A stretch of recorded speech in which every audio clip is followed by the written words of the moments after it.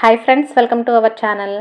Friends, 2024 జనవరి 22న శ్రీ బాలరాముని విగ్రహం అయోధ్యలో ప్రాణప్రతిష్ఠ జరిగిన సంగతి అందరికీ తెలిసిందే. అయితే ఇది జరిగిన రెండవ రోజు అంటే జనవరి 23 మంగళవారం రోజు గుడిలో అయితే ఒక అద్భుతం చోటు చేసుకుంది. రామాయణంలో రామునికి హనుమంతునికి ఉన్న బంధం గురించి మనందరికీ తెలిసిందే. రాముడు ఎక్కడుంటే హనుమంతుడు కూడా అక్కడే ఉంటాడు. అందుకేనేమో మంగళవారం సాయంత్రం ఓ వానరం దక్షిణ ద్వారం నుండి లోపలికి వచ్చి వేలాది భక్తులను దాటుకొని తూర్పు ద్వారం గుండా బయటకు వెళ్ళిపోయింది. అంటే లోపలికి వచ్చింది, అంతా తిరిగేసి బయటికి వెళ్ళిపోయింది. బాలరాముని చూడ్డానికి ఆ వానరం లోపలికి వచ్చిందని, సాక్షాత్తు ఆ బాలరాముణ్ణి చూడ్డానికి హనుమంతుడే వచ్చాడని అందరూ అనుకుంటున్నారు. మీరేమనుకుంటున్నారో కామెంట్ చేయండి ఫ్రెండ్స్.